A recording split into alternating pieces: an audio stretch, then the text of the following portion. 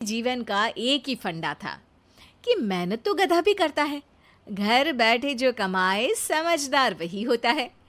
इसीलिए उसने कभी नौकरी ही नहीं ढूंढी।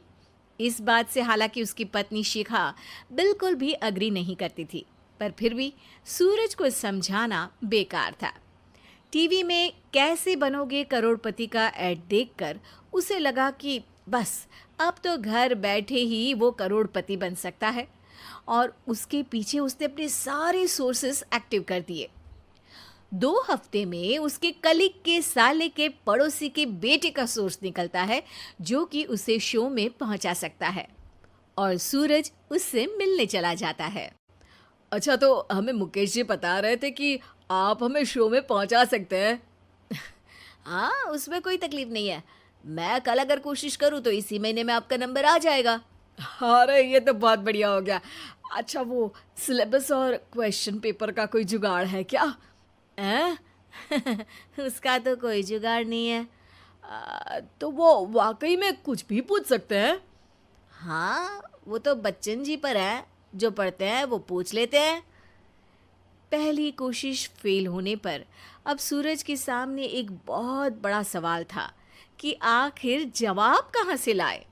तब शिखा ने एक सजेशन दिया, क्यों ना सूरज अपने चचेरे भाई सुमित से मदद मांगे, जो कि यूपीएससी की तैयारी कर रहा था।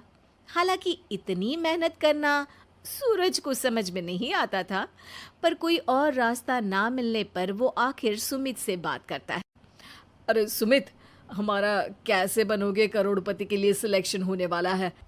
तुम हमें थोड़े चिट बनाने में मदद करोगे क्या?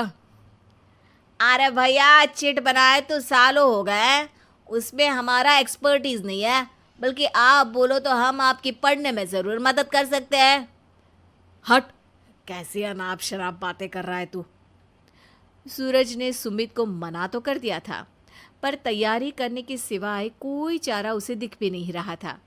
खासकर जब 12 के पेपर लीक करने के एक्सपर्ट शुक्ला जो भी हाथ जोड़ लेते हैं। आखिर सूरज को सुमित के पास जाना ही पड़ा, और उसने सुमित और शिखा से वादा किया कि वो बहुत मेहनत करेगा। 1 महीने की तैयारी के बाद फाइनल हुआ कि शो से 1 हफ्ते पहले एक ट्रायल खेला जाएगा, जहां पर सारे रिश्तेदार ऑडियंस की जगह पर होंगे और शिखा सवाल पूछेगी। दूर दराज से भी रिश्तेदार आकर हाजिर हो गए देखने कि आखिर कैसे बनेगा सुमित करोड़पति। सब कुछ सेट था, और इतने में सूरज आकर अपना स्पीच देता है। ये 1 महीना मेरे लिए आसान नहीं था, पर अपने भाई सुमित और अपनी पत्नी शिखा की मदद से मैं इतनी दूर पहुंच पाया हूँ। मेरे मम्मी पापा के आशीर्वाद ने भी बहुत साथ दिया है मेरा। मैं उम्मीद करता हूँ कि आज के शो में आप लोगों को बहुत मज़ा आएगा। साक्षी पहला सवाल पूछती है, और पूरे कमरे में सन्नाटा छा जाता है। इंडिया में कितने स्टेट्स हैं? 3, सॉलिड, लिक्विड और गैस। अरे रुकिए, तो ऑप्शंस तो देने दीजिए। इतने में 5वीं कक्षा का चिंटू बोल उठता है। अरे क्या मामा, आप तो पहले सवाल पर ही आउट हो गए। अरे बेटा, पहला सवाल तो ट्रायल होता है ना।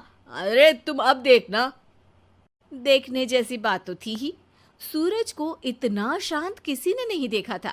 कभी कभी तो लगता था मानो सूरज आंख खोलकर ही सो गया हो। मामा जल्दी करो प्लीज, कल सुबह पनवेल भी तो निकलना है। अरे हट, कंसंट्रेट करने दे मुझे। 3 सवाल में 3 लाइफ लाइन खत्म हो चुकी थी, और अब चौथे सवाल पर भी सूरज का मौन नहीं टूटा। पर सूरज अभी भी हार मानने को तैयार नहीं था। उधर हर कोई सूरज को छोड़ सुमित को देख रहे थे। आखिर सुमित ने ही तो पढ़ाया था सूरज को। गजब बेइज्जती है यार। अरे बेटा, तो बाप का, दादा का, भाई का, सबका नाम बुड़वाएगा।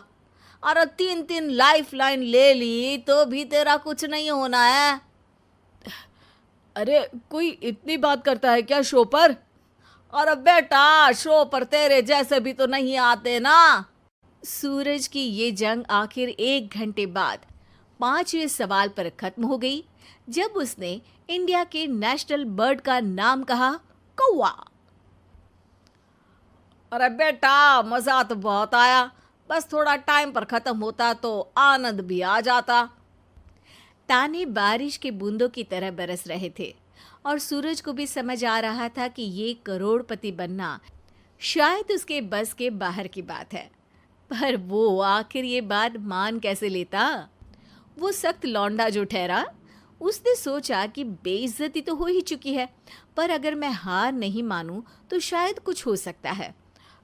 शिखा, तुम देखना, असली शो में आग लगा दूंगा, आग, करोड़पति बनूंगा मैं। हाँ, सब्जियां खत्म हो गई है घर पे, ले आओ। पहले पति बन जाओ, फिर करोड़पति बनना। अरे गजब बेइज्जती है यार। बेटा, अभी तो घर पर ही हुई है, 1 हफ्ते में तो तुम देश के सामने करवा कर आओगे। वैसे जब टीवी पर जाओ ना, तो बस अपने मम्मी का ही नाम लेना, ठीक है? कोई पूछे तो बोलना कि पापा नहीं है मेरे। अरे पढ़ाई की, पेपर निकलवाए, इतने सारे लोगों को खाना खिलवाया, क्या फ़र्क पड़ा? इसीलिए मैं कहता हूँ कि मेहनत तो गधा भी करता है, घर बैठे जो कमाए वही सिकंदर। लेकिन मामा, गधे भी जानते हैं कि हमारा राष्ट्रीय पक्षी मोर है।